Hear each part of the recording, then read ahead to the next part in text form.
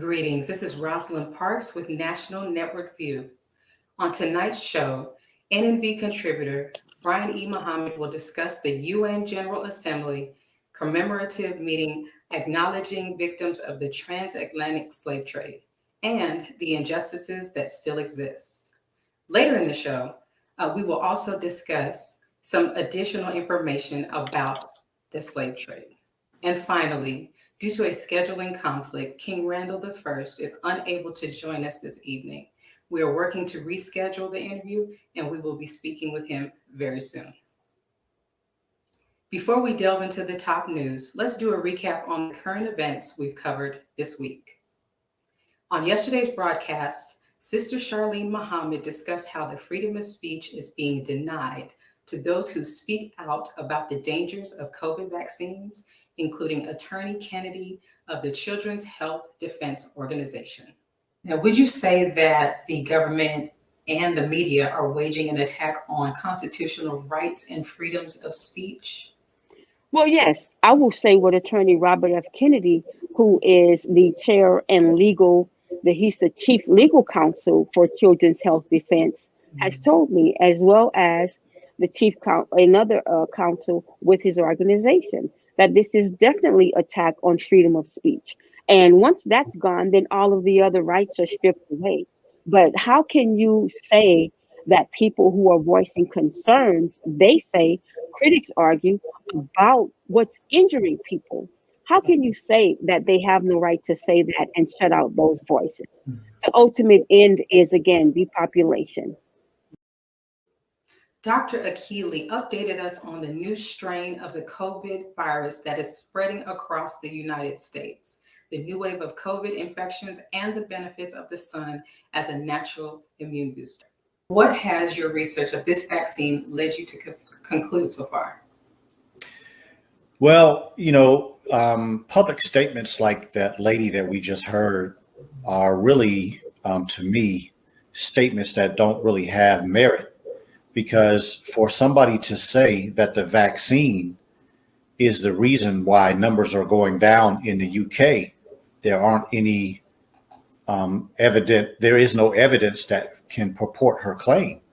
There was a downturn in most areas of the world outside of the United States before vaccines became available. The United States was really one of the few countries that were still on a high rise of the numbers. So to say that vaccines have caused a lower infection rate, I think is probably a little bordering on not telling the truth from my experience and research.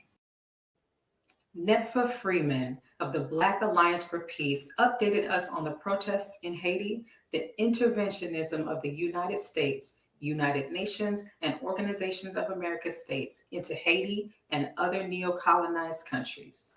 The Haitian people's right to national sovereignty must be respected. Is the Haitian president Jovenel Moise's refusal to step down disrespecting the Haitian people's right to sovereignty?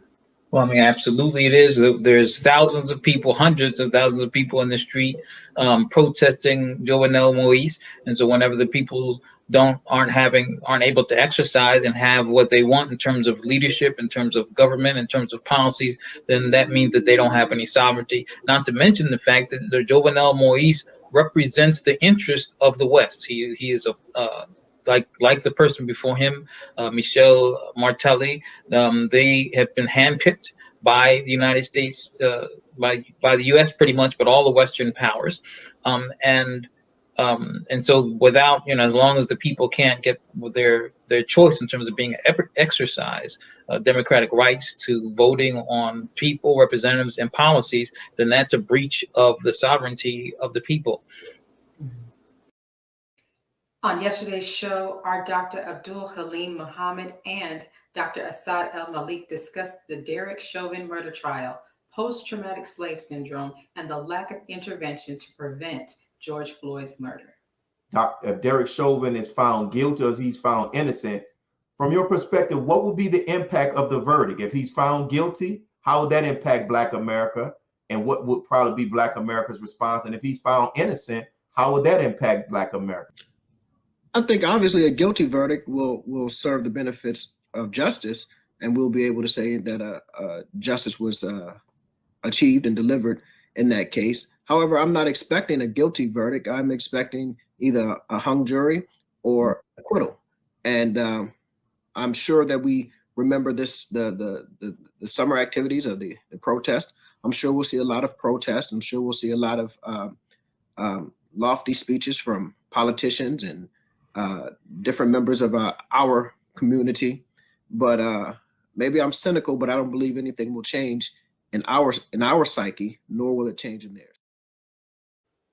Dr. Abdul Halim Muhammad and Dr. Asad El Malik also discussed the music industry's controversial music content and the merchandising of industry artists that has been going on for decades. Candace Owens, and people agree with her, disagree with her, but one of the things that she said was that online to Lil Nas X was that he was being used by these corporations and these big execs to basically destroy the minds of children. Was she right in that assessment, or is she off basis? Well, Black masculinity has been under attack since our feet hit the shores of North America, with buck breaking, lynching, police brutality, the propaganda in the media that makes us look like a beast. When you look at the Birth of a Nation movie by D.W. Griffith, that we're incompetent, we're incapable, we're unqualified to hold public office, and all we want to do is sleep with a white woman.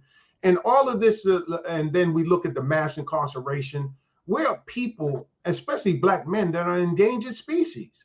So so you can again go and look at just the whole atmosphere environment that's being created now about that we are the source of anti-Semitism, we're the source of misogyny, we're the source of anti-Asian hate, we're the source of all of the evils that embody America. But you know something, if you lift our tag in the back of our shirt, it won't say made in China, it'll say made in the USA. Evanston, Illinois reparation plan provides some Black residents that were victims of discriminatory housing redlining with reparation payments. Is it a mere symbolic gesture, or is this a good first step? It's a step. I don't know if it's good, and I don't know if it's a first step. But if it involves land, now you got my attention as an urban planner. You have my attention.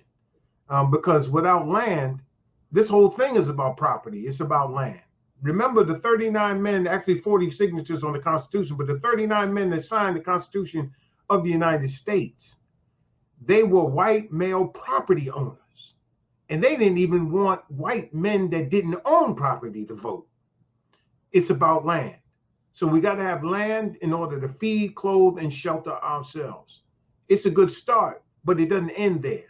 You can give somebody money, but if you don't educate them with the knowledge of self to do for self, then that land can be taken from them. That money can be taken from them. And if you give them land to feed, clothe, and shelter themselves, you got to give them the tools and implements and materials necessary to sustain themselves. And you do have to provide a measure of capital so that they're able to continue and perpetuate what it is that they're doing. So land, education, tools, equipment, material, and capital. But really, we need more. We need like 100 million acres just to start. Sister Carmen Muhammad, inspirational fashion designer and founder of Al-Nisa Designs, modest style MGT apparel, has garnered international acclaim and awards during Torino Fashion Week. How examples of how you have seen the Honorable Minister Louis Farrakhan be an advocate for the rights of women? Every time he does a lecture and he is focusing on the value of the woman, the value of the mother, the value of the daughter, the beauty of the woman, the Honorable Elijah Muhammad and the Honorable Minister Louis Farrakhan does nothing but lift the woman up and inspires us to be women of God. Everything that he does is to build a better life for us. He understands who we are. He understands that we are that second self of God. And he tries every time he speaks to us to let us know that his love for us is so pure is so real, and that he is the protector over us, and he will continue to do that because he is constantly exalting the women. Student Minister Donald Muhammad discussed the growing dissatisfaction with the U.S. government and their ongoing actions to affect voter participation. How would you characterize the current racial atmosphere and political climate in the United States? Well, you can always determine based on the progress of Black people. They has always tried to hold us back. Go all the way back to Black Wall Street in Tulsa. Go all the way back to changing. They are doing this in 43 states all over the United States right now, even in the Missouri. Missouri is what they call a red state. So therefore, they have changed a lot of the voter laws here as well. Also, in the city of St. Louis, they had a proposition called Prop D that took away the partisan political voting elections, and then they are nonpartisan now. So now there's a runoff. Even when two people win, the first two that wins in a primary has to do a runoff now. All of this is designed to stop Black rule, my brother. NNV contributor Charles Muhammad discussed the science of fasting, describing its benefits to cleanse the body of impurities, lower blood sugar, and improve health. So what are some other benefits, besides curing sickness and obviously weight loss? Well, there's another saying that if you free the mind, the body will follow. So when you fast, you're basically renewing your cellular structure of your body, and you're cleaning the body. And also, you are allowing one of the most important organs in your body to do its job. That's the liver. And the liver begins a process called ketosis. Now, ketosis is when your body begins to take out the fats of the body and then bring it into the liver, and the liver turns it into what are called ketones. And then the ketones are like straight right up to your brain. It's like fuel for the brain. And we as Muslim followers of the Honorable Elijah Muhammad, we go through that process when we go fast during Ramadan, when we don't eat during the sunlight. Tequila Muhammad gave us tips on food storage, disaster preparedness, and having an emergency evacuation plan in place for ourselves and our families. So what should we have in a disaster preparedness plan that helps us in the event of evacuation? Yes, sir. First and foremost, we all should have our go bags with us. A go bag is a bag that you basically put together for you and your family, each member of the family of your household, where you have enough items to last you for a bare minimum of 3 days, which includes food, clothing, some type of shelter that you're able to put on your back comfortably and be able to walk for long distance or periods of time. You also want to have those same storage containers in your car or at your workplace, as well as your children's schools if they're in school. And you want to make sure that you are preparing your family by having those evacuations, practicing without utilities to know how to cook or how to be able to survive without having heat, without having food, without being able to cook your food, and just practice with your family. Maybe do a camping thing where you all are turning your lights off and turning off the electricity just for that day to see how you all cope and survive during that time, as well as walking long periods of time with your backpack on to see how far off your family can make it during any disaster. So the biggest thing is properly preparing before the disaster strikes. Abdul Haq updated us on the Newark Peace Agreement and the people standing together in solidarity against senseless violence and our open enemy. It's a combination of several factors that's now encouraging our people to do more as it relates to being more actively involved, as it relates to not just my community, but our community. One of the major problems that we as a people face in our community is bystander apathy. It's called bystander apathy. When you see someone doing something, you feel since they have it, you don't have to participate.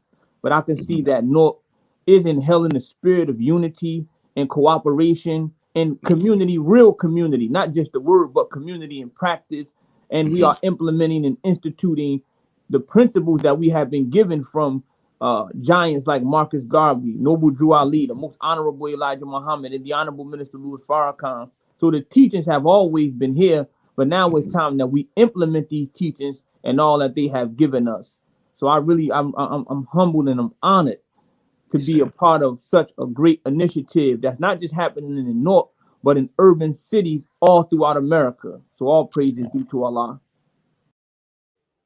Let's pause for announcements from our sponsors. NNV Weekly contributor Brian E. Muhammad will join us to discuss the UN's acknowledgement of the slave trade. We'll be right back. Be a part of the force that powers truth in journalism. Your support helps us to highlight solutions for a brighter tomorrow. Go to nnvnews.com/donate. This is Sister Sajida Muhammad. We are proud to announce that the Sajida House commemorative Elijah coins are finally here. This priceless heirloom, made from recycled copper from the messenger's home, is now available at sajidahouse.com. The hashtag #BankBlack social media campaign made strides not only in revolutionizing how we bank, but also how we think. The movement inspired thousands of African Americans across the country to transfer or deposit millions of dollars into Black-owned banks. These are banks that will invest in urban communities, employ African Americans, support Black businesses, and inspire Black home ownership. This is a very proud moment for our culture as we are taking small, but significant, steps towards building Black power through Black wealth. Please share your thoughts with us in the comment section below. Follow us on social media at NNV News, and please subscribe to our YouTube channel at National Network View. I am Anissa Muhammad with nnvnews.com.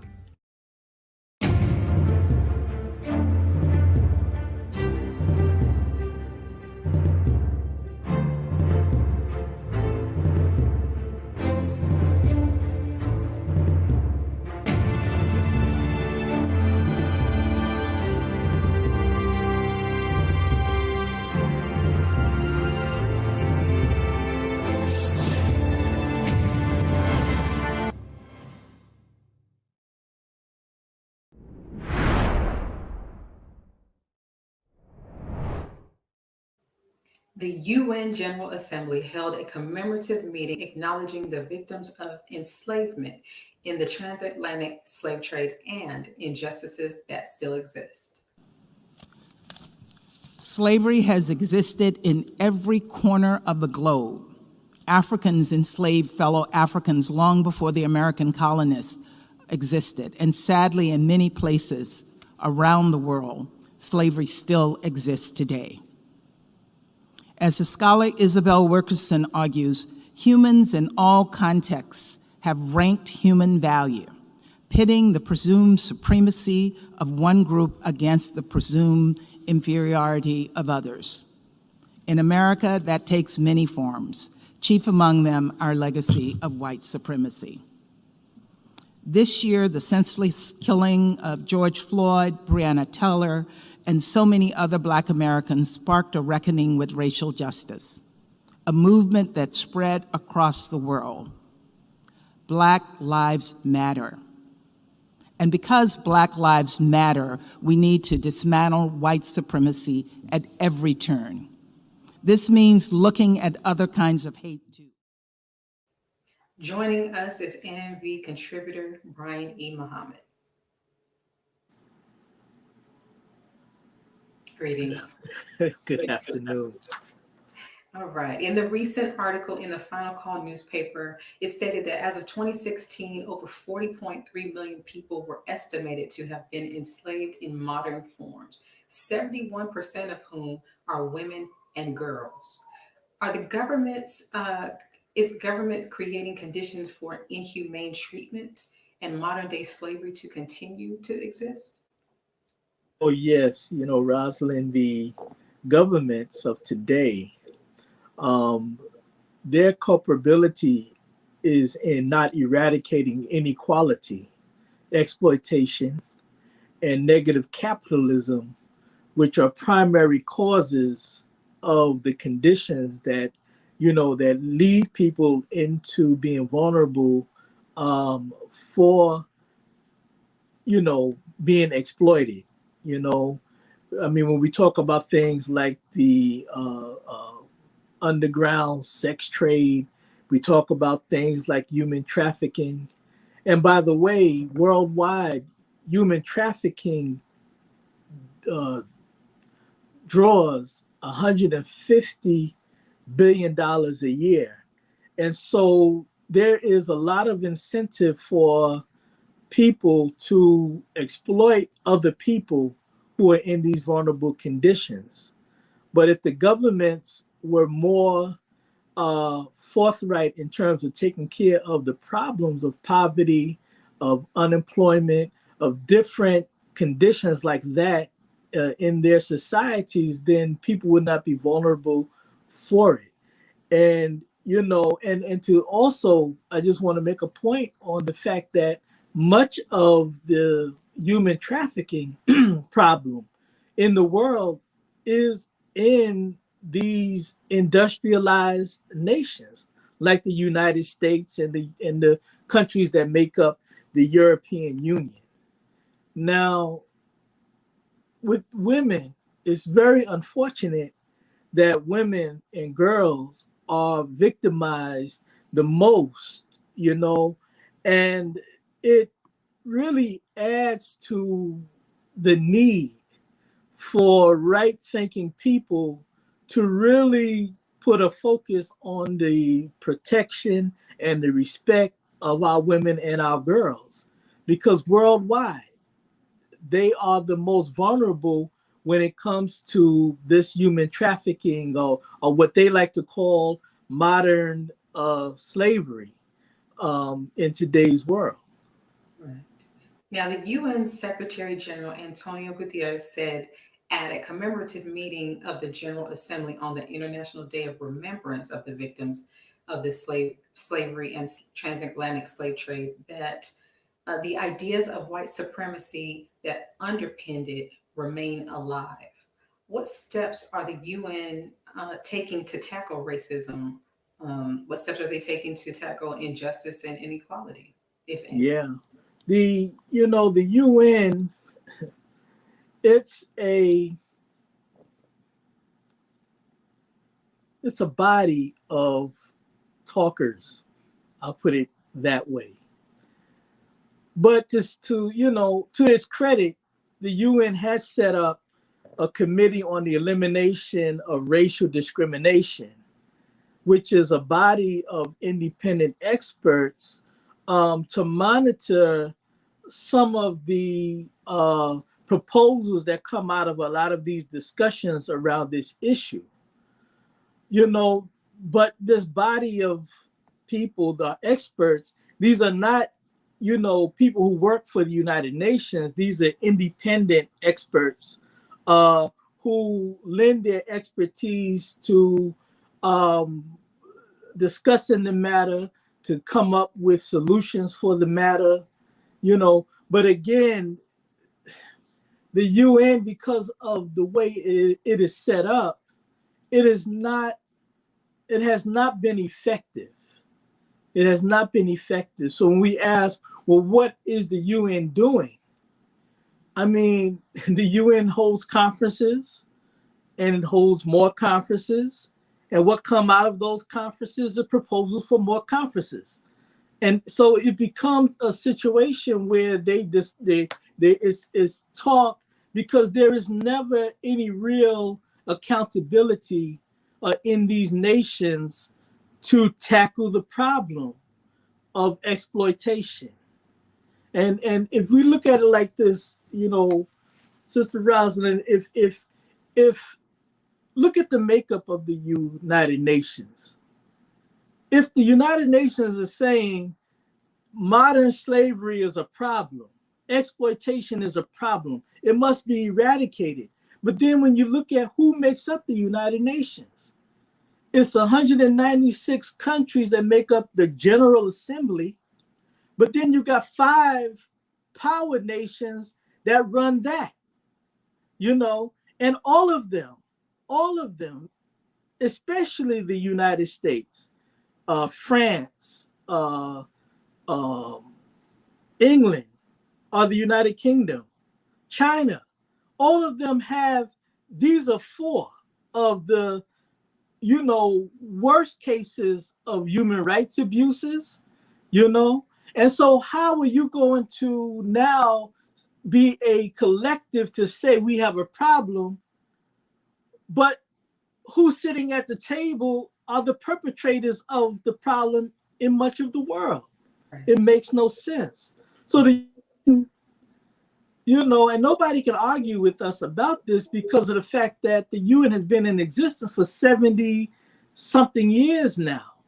And in its charter, in the base of its making, is supposed to be the making of peace.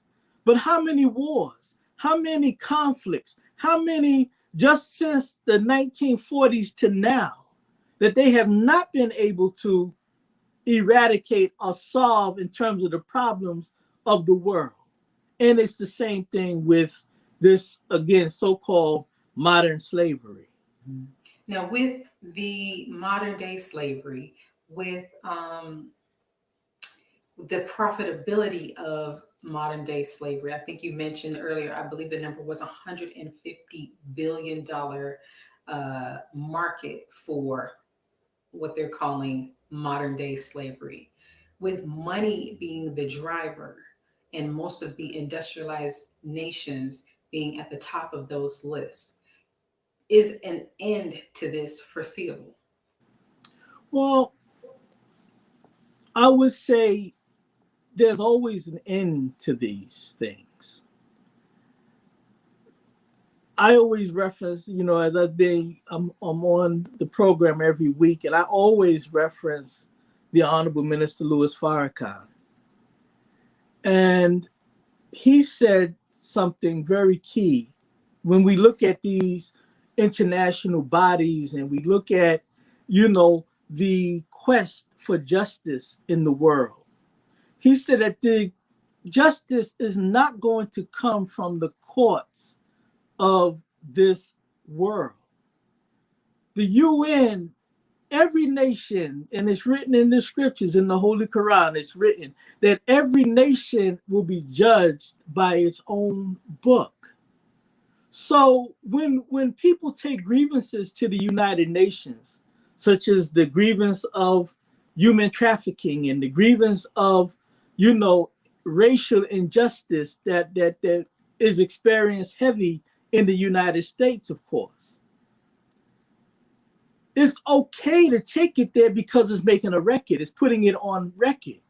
But to think that the United Nations, or bodies of the United Nations, are going to solve the issue of justice, no, we're pipe dreaming if we believe that. It will not happen. The Honorable Minister Louis Farrakhan said that justice will come from the God of justice. And that is who will answer the prayer of the downtrodden, the oppressed, the persecuted in the world. Now, some people may say, well, we're not religious, so I don't go for that. Well, I'm saying that as ancient Babylon fell and ancient Rome fell and the scripture of Egypt fell, America is all of that in one.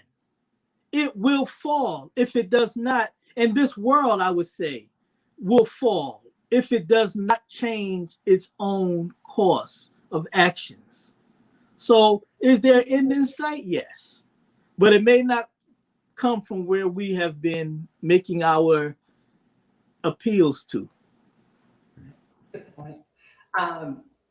General Assembly President, the Secretary General, Mr. Gutierrez, acknowledged that the immense contributions that the enslaved have brought to the culture, education, and economies is a big part of our world today. In what ways has the U.S. and other European nations benefited from slave labor, benefited from colonization, and even stolen lands?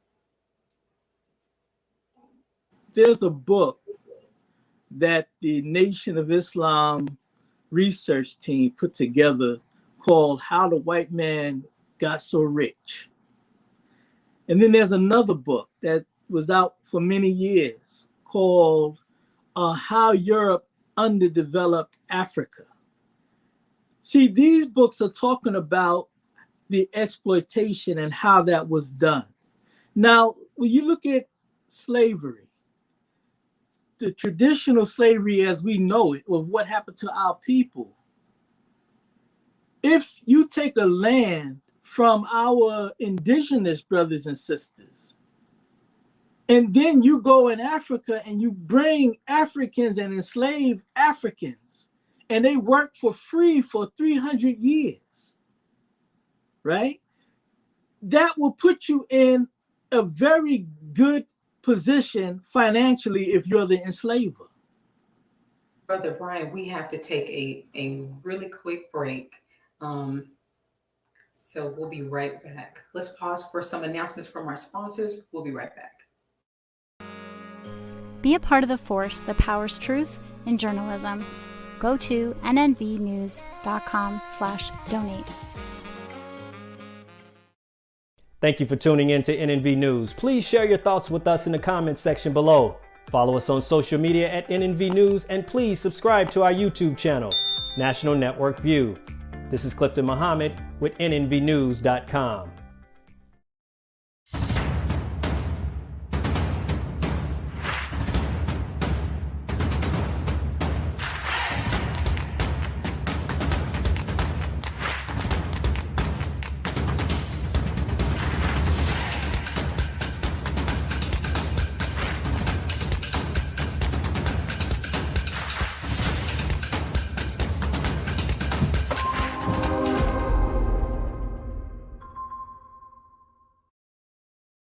Worldwide, 24 hours a day, 7 days a week. Download the Final Call Radio app and take us everywhere. On your phone, on your computer, on your tablet, on Instagram, Facebook, and Twitter. You can also log on to finalcall.com and click the Listen Live button or finalcallradio.com. Final Call Radio, the official voice of the Honorable Minister Louis Farrakhan and the Nation of Islam.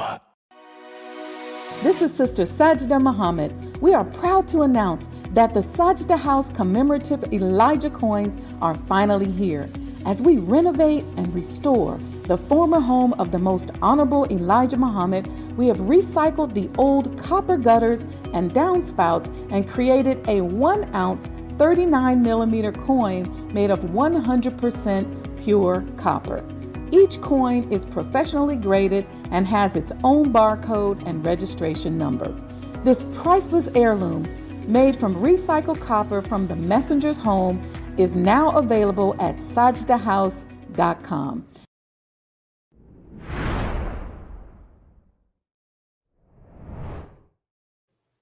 The Nubian Leadership Circle held its all-virtual National Black Leadership Summit 2 on April 3rd, 2021.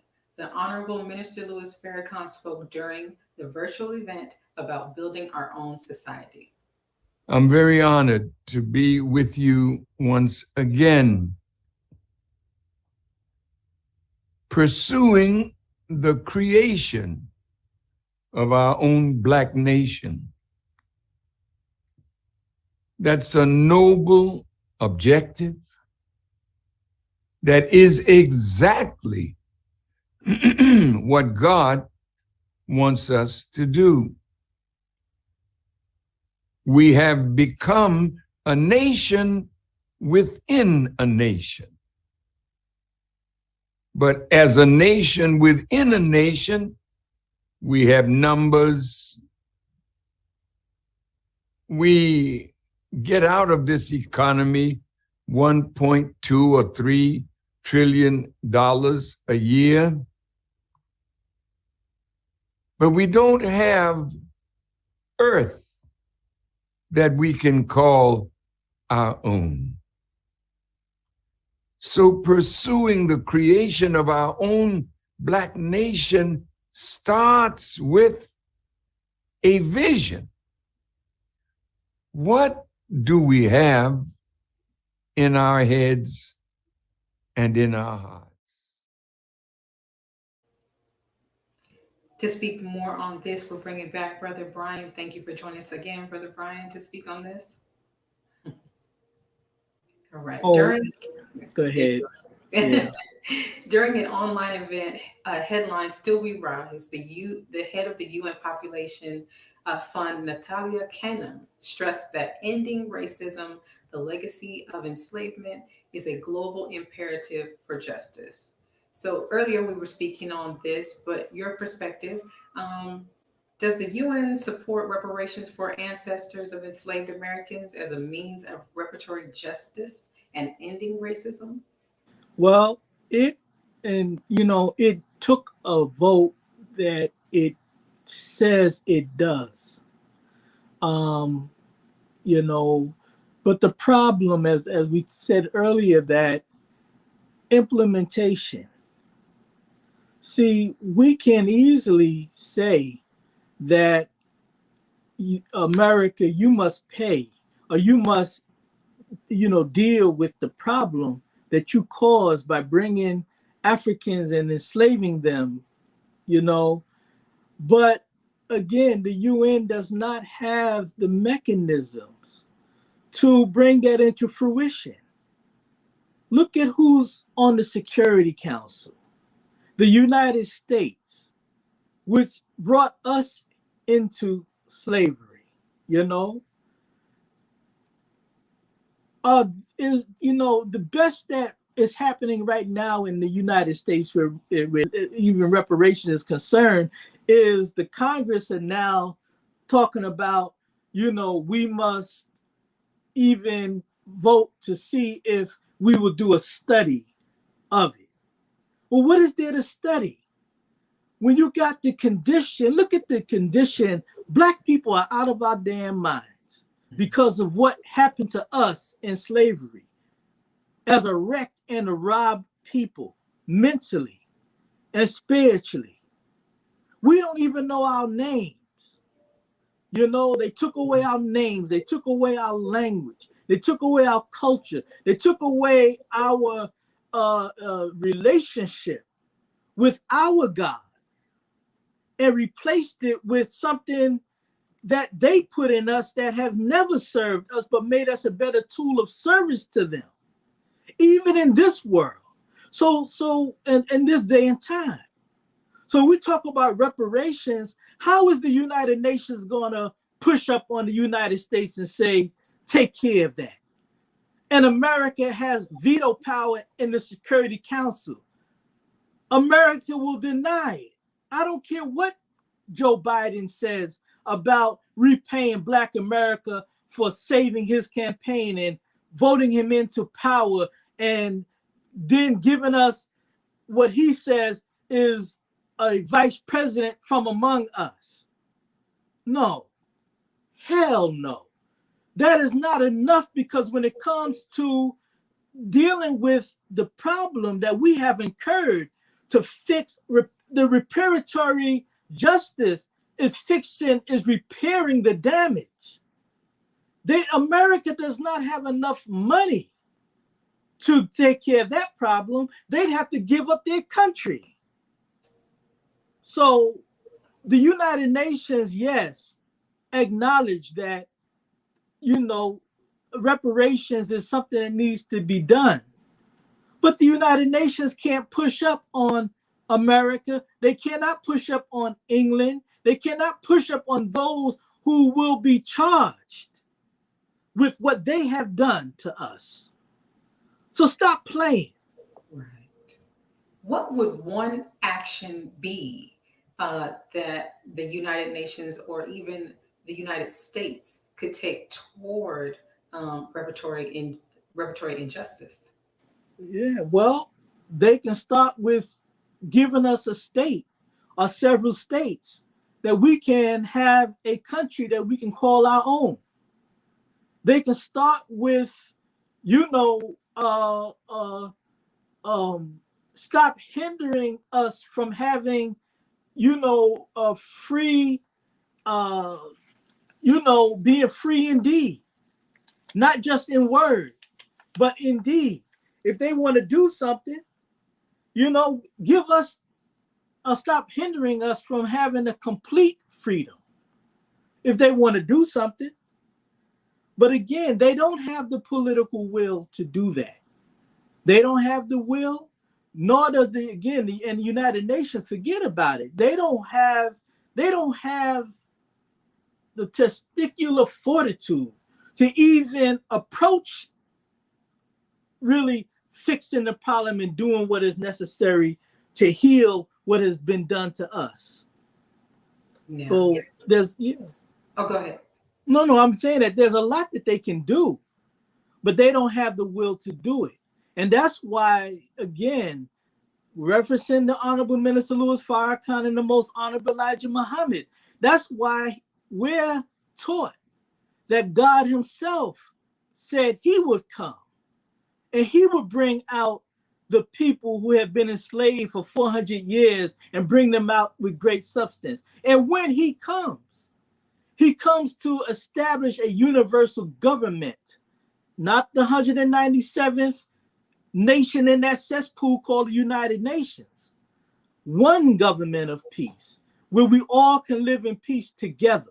That's what he comes to do. Because the world of Satan will not fix it. The only way the United Nations can fix the problem, it will cause Satan to cast out Satan. And they are not going to cast out one another. That's right. Is the Ark of Return, which is a memorial in New York, intended as a memorial to the victims of enslavement, or is it a monument to the legacy of slavery and the transatlantic slave trade? It's both. When they established it, in fact, the brother who was the architect and the designer of it was a brother of Haitian descent. And it was to recognize both. But here's the problem. Again, the United Nations, that symbol, we can have all the symbols that we can have to make us remember and make us never forget. Well, hell, the Jews said never again when it came to the Holocaust, but the UN backed that up by stealing land from the Palestinians and giving the Jews land that they can call their own.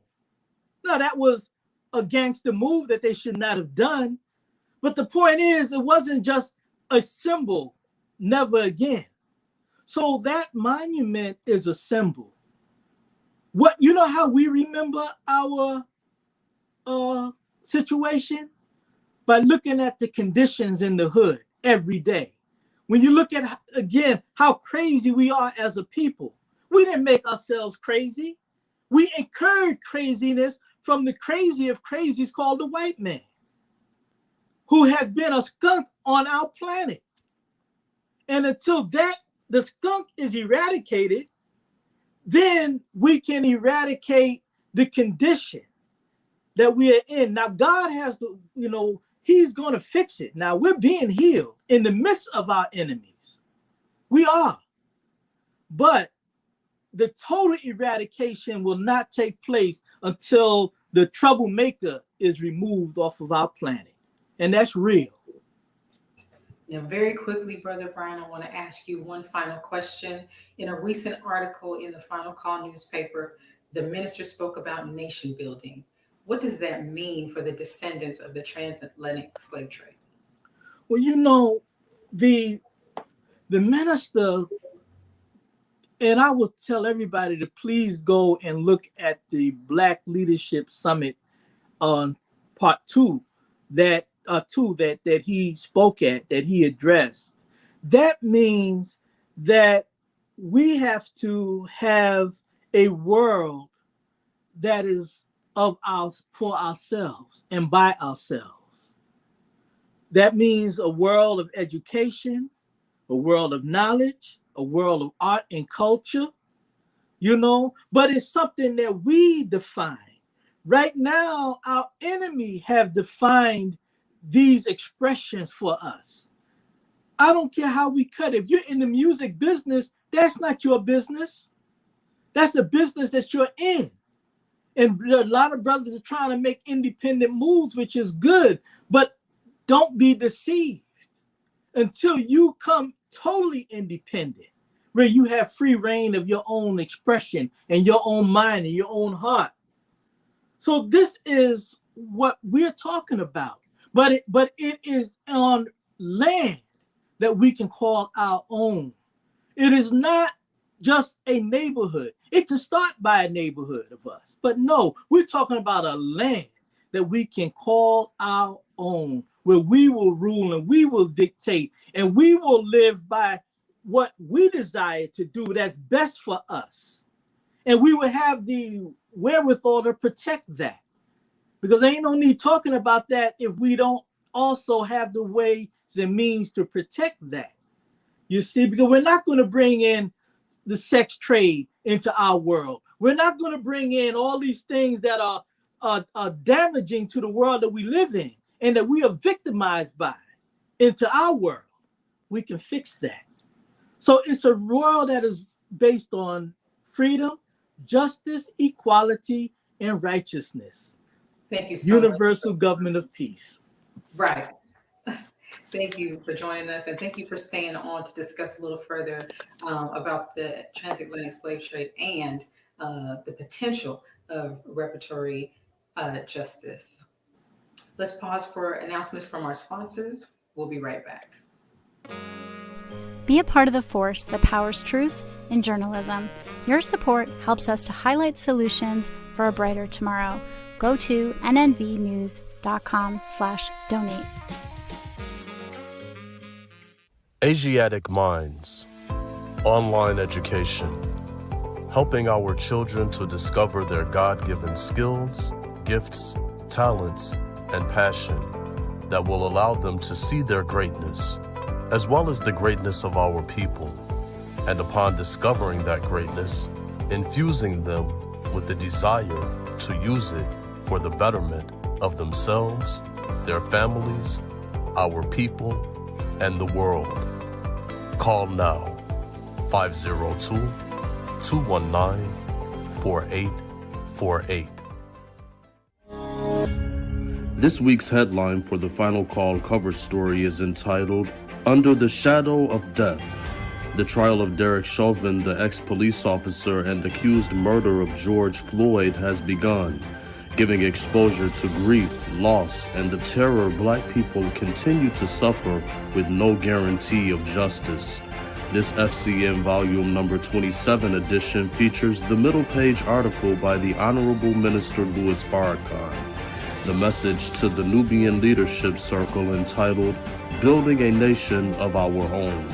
To read more, subscribe to finalcalldigital.com. and tune in to the all-new Final Call Radio. This is the nnvnews.com Final Call cover report.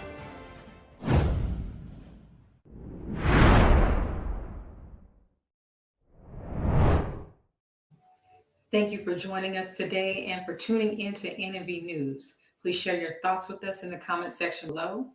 Follow us on social media at NNV News, and please subscribe to our YouTube channel, National Network View. This is Rosalind Parks with National Network View News. Good night. Be a part of the force that powers truth in journalism. Go to nnvnews.com/donate.